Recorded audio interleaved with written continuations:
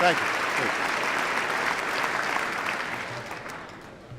Madam Speaker, Vice President Biden, members of Congress, distinguished guests, and fellow Americans. Our Constitution declares that from time to time, the President shall give to Congress information about the state of our Union. For 220 years, our leaders have fulfilled this duty. They've done so during periods of prosperity and tranquility. And they've done so in the midst of war and depression, in moments of great strife and great struggle. It's tempting to look back on these moments and assume that our progress was inevitable, that America was always destined to succeed.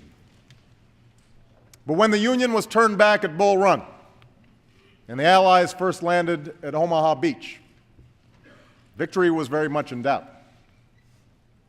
When the market crashed on Black Tuesday and civil rights marchers were beaten on Bloody Sunday, the future was anything but certain. These were the times that tested the courage of our convictions and the strength of our Union. And despite all our divisions and disagreements, our hesitations and our fears, America prevailed because we chose to move forward as one nation, as one people. Again, we are tested. And again, we must answer history's call. 1 year ago, I took office amid 2 wars, an economy rocked by a severe recession, a financial system on the verge of collapse, and a government deeply in debt.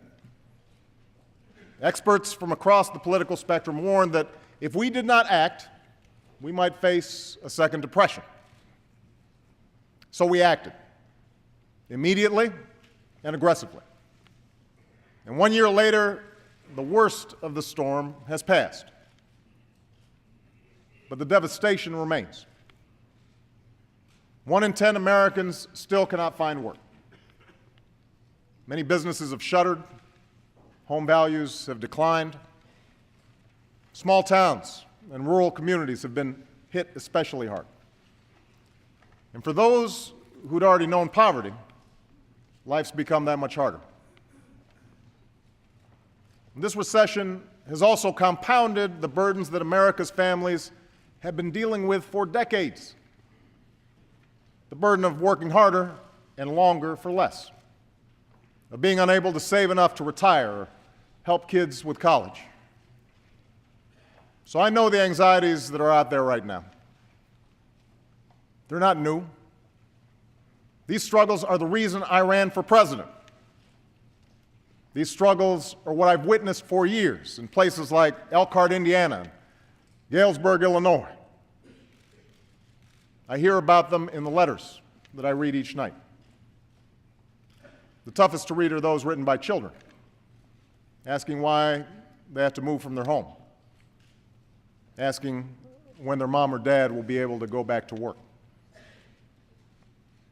For these Americans and so many others, change has not come fast enough. Some are frustrated, some are angry. They don't understand why it seems like bad behavior on Wall Street is rewarded, but hard work on Main Street isn't. Or why Washington has been unable or unwilling to solve any of our problems. They're tired of the partisanship and the shouting and the pettiness. They know we can't afford it. Not now. So we face big and difficult challenges. And what the American people hope, what they deserve, is for all of us, Democrats and Republicans, to work through our differences, to overcome the numbing weight of our politics. For while the people who sent us here have different backgrounds, different stories, different beliefs, the anxieties they face are the same. The aspirations they hold are shared.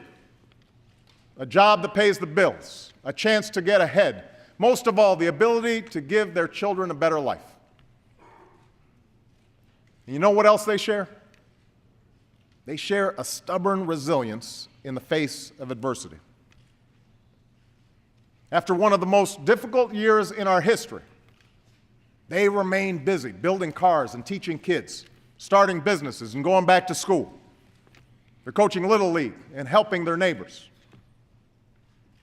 One woman wrote to me and said, "We are strained but hopeful, struggling but encouraged." It's because of this spirit, this great decency and great strength, that I have never been more hopeful about America's future than I am tonight.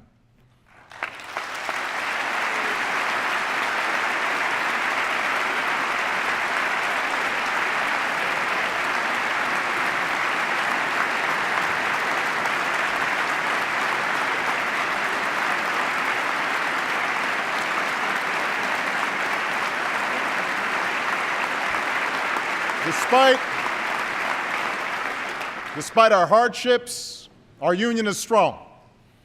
We do not give up. We do not quit. We do not allow fear or division to break our spirit.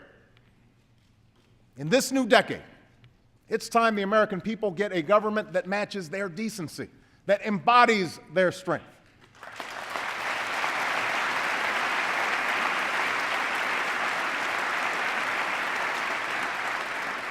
And tonight I'd like to talk about how together we can deliver on that promise. It begins with our economy. Our most urgent task upon taking office was to shore up the same banks that helped cause this crisis. It was not easy to do. And if there's one thing that has unified Democrats and Republicans, and everybody in between, it's that we all hated the bank bailout. I hated it.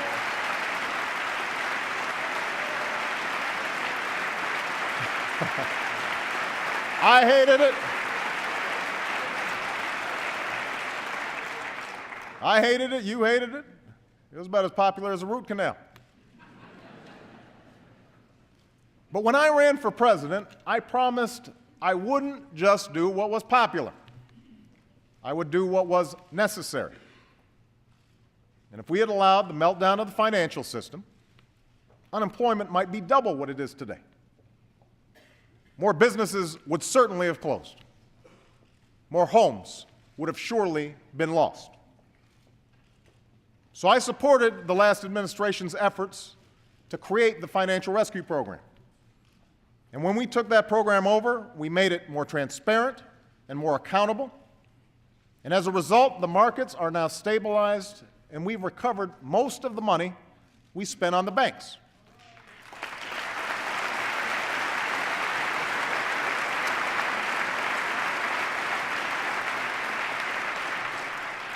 Most, but not all. To recover the rest, I've proposed a fee on the biggest banks. Now,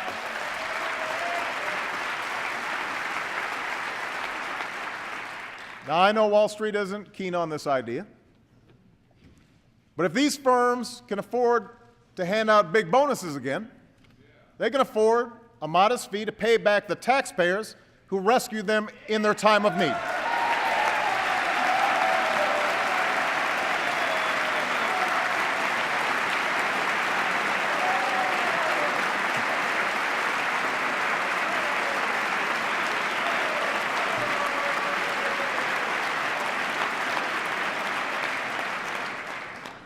As we stabilized the financial system, we also took steps to get our economy growing again, save as many jobs as possible, and help Americans who'd become unemployed.